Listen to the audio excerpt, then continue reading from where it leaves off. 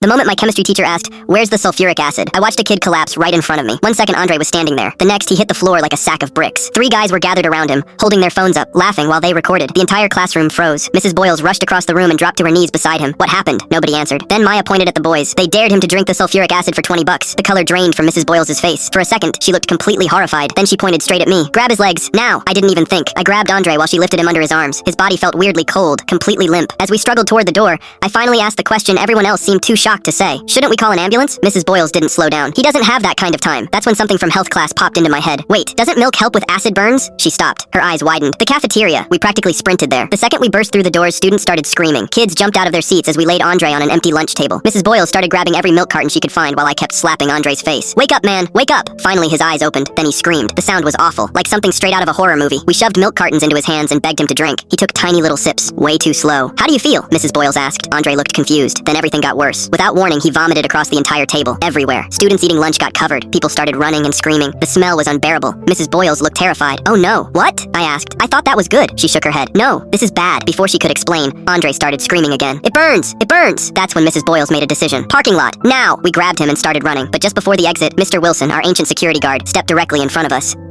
"You can't take a student off campus." Mrs. Boyles tried going around him. He blocked us again. "You need authorization."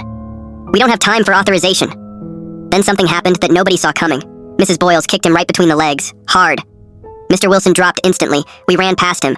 Seconds later, we were flying toward the hospital in her beat-up Honda Civic. She drove like a maniac. Red lights meant nothing. Traffic meant nothing. The only thing that mattered was keeping Andre alive. By the time we reached the emergency room, nurses were already waiting with a stretcher. One of them said something that confused all of us. "We've been expecting you." Mrs. Boyles blinked. "What do you mean?" Turns out the boys who dared Andre to drink the acid had called 911 immediately afterward. They told dispatch everything. The problem? Nobody believed them. The hospital thought it was another stupid prank call. Only after the boys called back crying and begging for help did the staff finally prepare for Andre's arrival. Doctors rushed him into surgery. The milk had actually slowed some of the damage, but throwing it back up made the burns even worse. Andre spent 2 weeks in the hospital. Somehow, he survived. Then the real drama started.